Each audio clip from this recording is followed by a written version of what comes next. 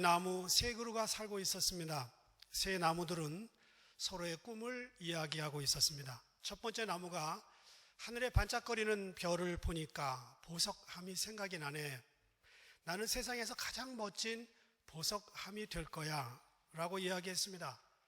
두 번째 나무가 나는 세상에서 훌륭한 배가 되어서 왕자님을 태우고 지중해를 건너가고 싶어. 세 번째 나무는 나는 아무 생각이 없어. 그냥 이곳에 서 있으면서 그냥 서 있는 나무가 되고 싶어. 그렇게 아기 나무들은 자기들의 꿈을 이야기했습니다. 몇 년이 흘렀습니다. 아기 나무들은 훌쩍 커버렸습니다. 첫 번째 나무는 잘려진 후에 세상에서 가장 아름다운 보석함이 되려고 했던 꿈은 사라지고 다른 것이 되었습니다. 왕자를 태우고 지중해를 건너고 싶었던 두 번째 나무도 그 꿈이 사라졌습니다. 세 번째 나무는 꿈은 고사하고 목재를 잔뜩 쌓아놓은 야적장에 버려지고 말았습니다. 그런데 알고 보니까 첫 번째 나무는 보석함 대신에 성탄절에 예수님이 태어난 곳에 있던 말구유가 되었고요. 두 번째 나무는 갈릴리 바다에서 예수님을 태우는 왕자가 아니라 왕을 태운 그 배가 되었습니다. 세 번째 나무는 예수님이 돌아가신 십자가의 나무로 쓰임받았다는 이야기가 전해집니다. 아름다운 이야기입니다. 나무들은 각자 꿈이 있었지만 자기가 생각하지도 못한 현실에 쓰임받게 되었습니다. 여러분과 제가 다 꿈이 있습니다. 그런데 하나님께서 우리에게 각자 원하시는 꿈대로 이루어 주시면 얼마나 좋겠어요. 지나고 나면 이루어진 것도 있고 아닌 것도 있습니다.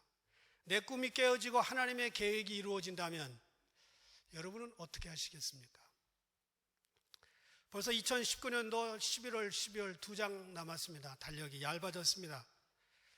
그런데 이 2달 남은 한 해의 끝자락에 서서 여러분, 올해 내 계획대로 된 것이 몇 가지가 있을까? 안 된 것은 무엇일까?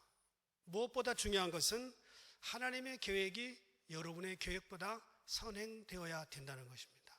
앞서야 됩니다. 제 페이스북 친구 한 분이 11월 1일 그저께에 이런 글을 올렸습니다. 생각하는 대로, 말하는 대로, 마음먹은 대로 다 이루어지는 11월이 되기를 바랍니다. 제 친구지만 좋아요 클릭을 저는 하지 않았습니다. 여러분, 내 마음대로, 내 뜻대로, 내 말하는 대로 다 이루어지는 것이 그게 뭔지는 저는 알아요. 그러나 그것이 얼마나 위험한지 또한 알고 있습니다.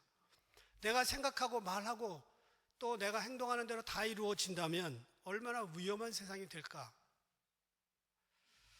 여러분, 이것이 축복일까 저주일까 위험일까? 생각해 보세요. 내가 말하고 생각하고 행동하는 대로 다 이루어진다면 여러분 주변에 있는 사람 중에 몇 사람은 죽었을걸요? 어떤 사람 이런 얘기를 하는 사람도 있어요. 그 친구는 왜 가다 교통사고도 안 나? 좀 잔인한 얘기지만 내 마음을 힘들게 했던 사람은 좀 안 되기를 바라는 마음대로 됐다면 어떻게 됐을까요? 또 하나를 보여드리겠습니다. 제가 아틀란타에 갔다가 어느 음식점에 들렀습니다. 메뉴판에 쓴 글을 보고 마음이 씁쓸해서 카메라로 찍었습니다. 아마 몇 사람들은 또 이제 이게 어느 음식점인가 가서 메뉴판 볼 거예요. 365일 한결같이 고객이 원하는 맛을 요리합니다. 즐겁고 행복한 하루 되세요. 그렇죠? We are cooking only the flavors you want. Have a happy and wonderful day. 서라버립니다. 미안하지만 우리 인생은 우리 입맛대로 안 되는 게 좋습니다. 잘 되면 망하기 쉽습니다. 하나님의 입맛대로 돼야 됩니다. 저는 여러분이 원하고 여러분 귀에 좋은 설교, 여러분의 입맛에 맞추어 설교하면 얼마나 좋을까요? 그런데 저는 성경 본문을 읽으면 하나님의 입맛이 무엇일까를 생각합니다. 그래서 여러분의 귀에 때때로 쓸 수도 있고요. 입맛에 안 맞을 수도 있습니다. 저는 상관하지 않습니다. 오늘 예레미야는 인간을 그릇에 비유하고 하나님을 토기장이에 비유합니다. 토기장이는 준비된 진흙을 발로 밟고 손으로 반죽해서 농로 위에다 올려놓고 원하는 돌림판에다가 원하는 모양의 토기를 만들어냅니다. 작품이 토기장의 마음에 안 들면 가마에서 구운 것이라 할지라도 가차없이 깨뜨립니다. 이스라엘 사람들은 목축시대, 유목민 시절을 거쳐서 가나안에 정착한 다음서부터 그릇을 많이 사용하기 시작했습니다.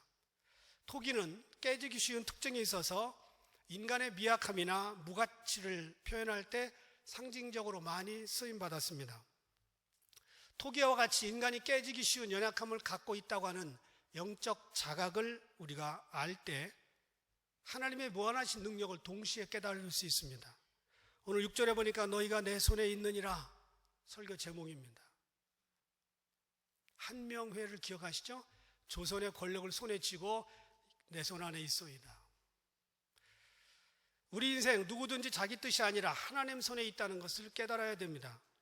토기장의 비유 속에는 하나님은 창조자, 절대자, 선한 목적을 가진 분, 인생의 통치자, 그럼 나는 그분의 손 안에 들어있는 연약한 인생일 뿐, 이것을 깨달아야 되는 것입니다. 저는 오늘 세 가지 말씀을 드리고 싶은데, 첫 번째, 하나님은 온 우주의 주권자이시다. 4절 볼까요? 진흙으로 만든 그릇이 토기장의 손으로 터짐에 그가 그것으로 자기 의견에 좋은 대로 다른 것을 만들었더라. 하나님이 우리 인생에 가지고 계신 주권은 절대적입니다. 그분은 자기 의견대로 무엇이든지 할 수 있습니다. 토기장이가 돌리다가 그릇이 빗나가면, 진흙이 빗나가면 그럼 이거 말고 다른 거 만들지 할 수 있는 거예요. 하나님의 절대의 주권은 세상 어떤 것에도 위협당하지 않고 세상 어느 누구에게도 밀리지 않습니다. 어렸을 때 동네에서 퀴즈를 했습니다. 엿장수가 하루에 이 가위질을 몇 번을 하니 엿장수 마음대로 역사는 엿장수 마음대로가 아니고 하나님 마음대로입니다. 토기장이가 진흙을 가지고 마음대로 할 수 있는 것처럼 하나님은 저와 여러분의 인생을 마음대로 하실 수 있어요. 안 할 뿐입니다. 우리의 자유의지와 선택을 존중해서 하지 않을 뿐이지 마음대로 할 수 있어요. 하나님은 당신의 뜻에 따라서 존귀하고 부유한 위치에 있는 자들을 끌어내리기도 하고, 그리고 궁핍한 자를 위로 세우기도 합니다. 장래에 관한 한 아무도 미래를 예담할 수가 없습니다. 오직 주님 한 분뿐입니다. 그래서 시편 113편 5절부터 9절에 보니까 함께 읽어보겠습니다. 시작.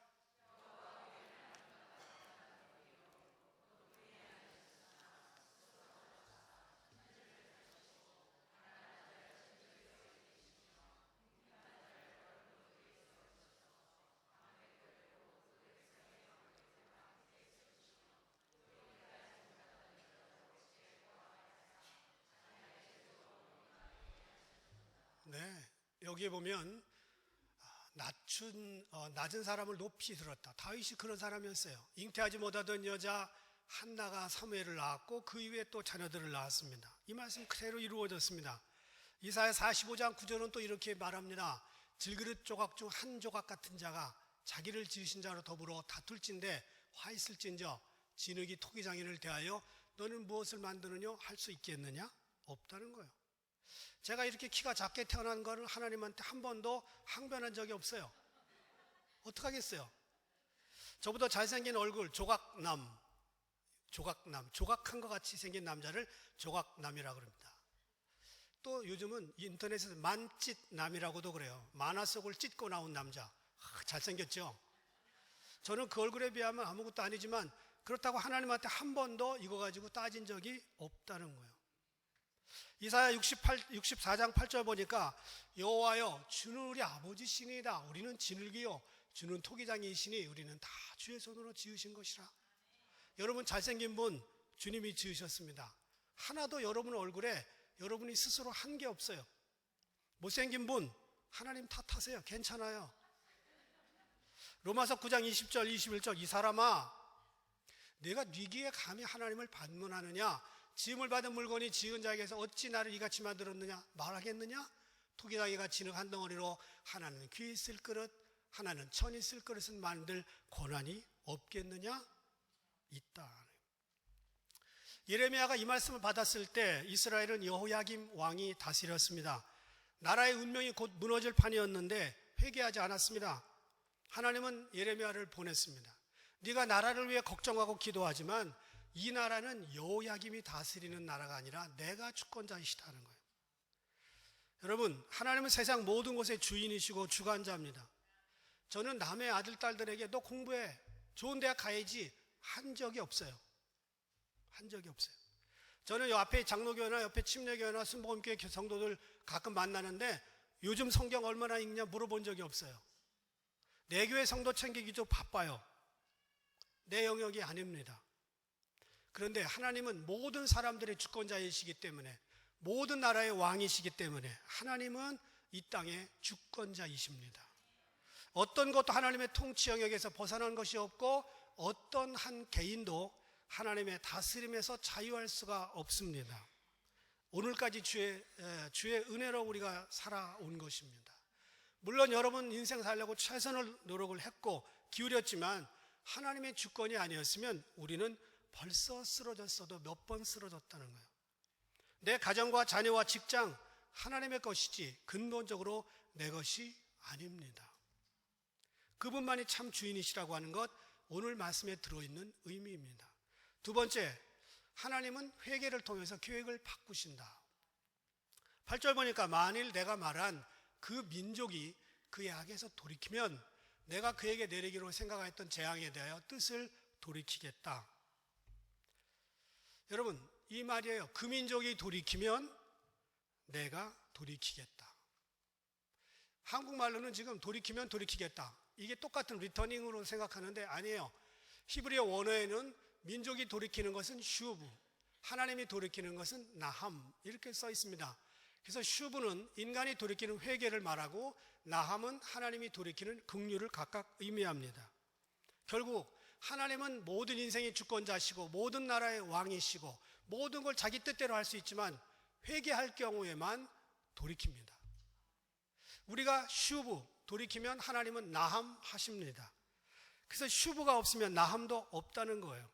11절, 너희는 각기 악한 길에서 돌이키며 슈브, 너희 길과 행위를 아름답게 하라. 그 중간에는 이런 말이 있어요. 첫째 줄과 둘째 줄 사이에는 너희가 돌이키며, 그래서 슈브 하면 내가 돌이켜서 나함해서 너희 길과 행위를 아름답게 만들어 줄 것이다.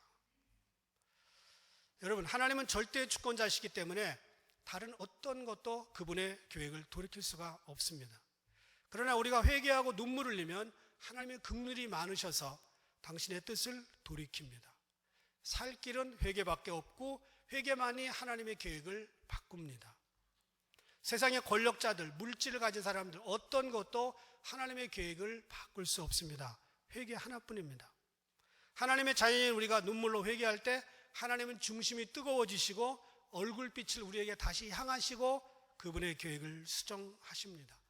그래서 이사야 55장 7절은 이렇게 말합니다.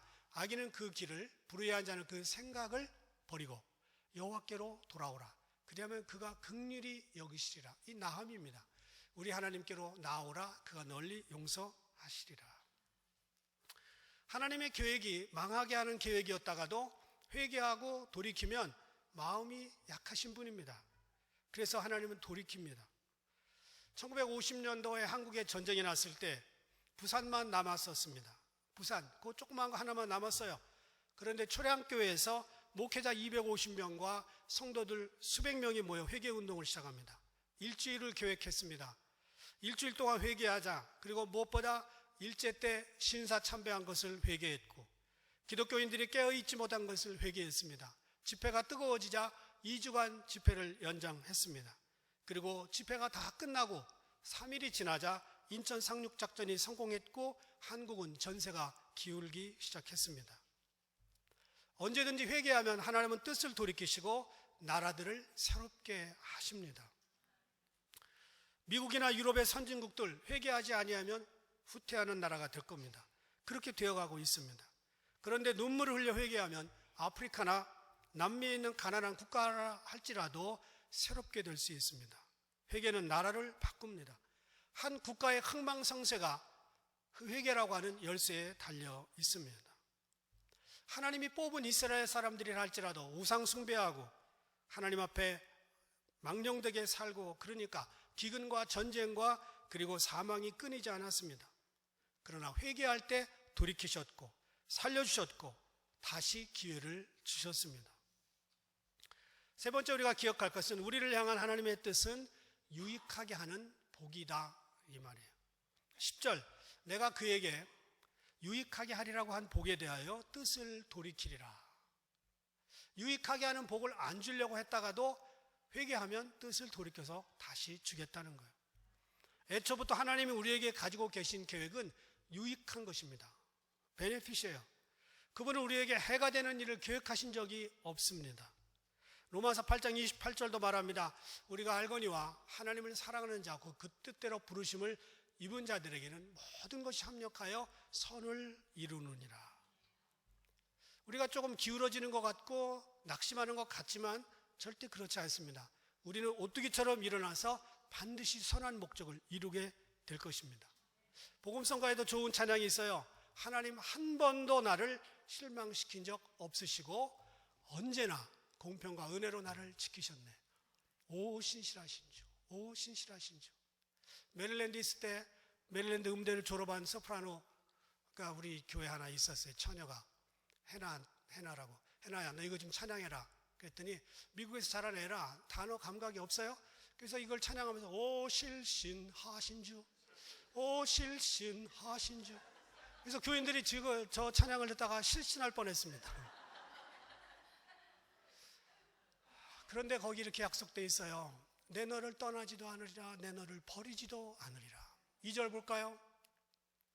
지나온 모든 세월들 돌아보아도 그 어느 것 하나 주의 손길 안 미치는 것 전혀 없네.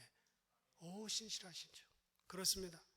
하나님은 언제나 우리를 지키시고 언제나 유익한 복으로 우리를 신실하게 지키시는 분입니다. 그분은 우리 아버지십니다. 항상 좋은 것을 주셔요. 항상 유익한 것을 주셔요. 최고의 인생으로 만들어 주시기를 원하십니다. 왜냐하면 여러분은 하나님의 귀중한 작품들입니다. 그리고 여러분은 하나님의 손안에 있기 때문입니다. 미국 여자 시인 마이라 브룩스 웰치라고 하는 분이 거장의 손이 닿을 때라고 하는 글을 썼습니다. Touch of the Master's Hand. 이런 내용이에요. 경매장에 낡은 바이올린 한 대가 있었는데 $3 이상을 부르는 사람이 없습니다. 한 노인이 나타나더니 바이올린에 먼지를 닦습니다. 손속을 꺼내어서 구석구석 닦아내더니 바이올린에게 이렇게 말합니다. 잘 있었니? 사랑하는 내 아들아. 너를 40년 만에 만져보는구나. 노인은 현을 조이고 연주를 시작합니다. 사람들이 환상의 연주에 빠져들어갑니다. 경매장에 금방 활기를 찾았습니다. 사람들이 그 바이올린을 소유하기 위해 아우성입니다. 결국 그 바이올린 값은 3,000불에 낙찰이 되었습니다. 무엇이 바이올린의 값을 올려놓았는가? 거장의 마스터의 손이 닿았습니다. 2019년 2달을 남겨놓았습니다. 2달을 남겨놓은 우리들 인생, 경매장에 나오면 얼마에 팔릴까? 제가 경매장에 나온다면 우리 집사람도 안 사갈 겁니다. 저도 우리 집사람 나오면 안 사갈 거예요. 그런데 우리 미약하고도 연약한 존재들을 하나님이 툭툭 털어서 오랜만이다. 사랑하는 내 아들아, 내 딸아, 내가 너를 얼마나 사랑하는지 아니? 그리고 우리 인생을 연주하기 시작하면 우리는요, 경매가 될 수 없는 non-countable price로 올라갑니다. 우리의 삶에 하나님의 손길이 닿으면 명품 인생이 됩니다. 3불에 떨어져야 될 값이 3천만 불로도 살 수 없는 인생이 됩니다. 우주의 거장, Great Master, 하나님께서 우리를 만져주시면 가능합니다.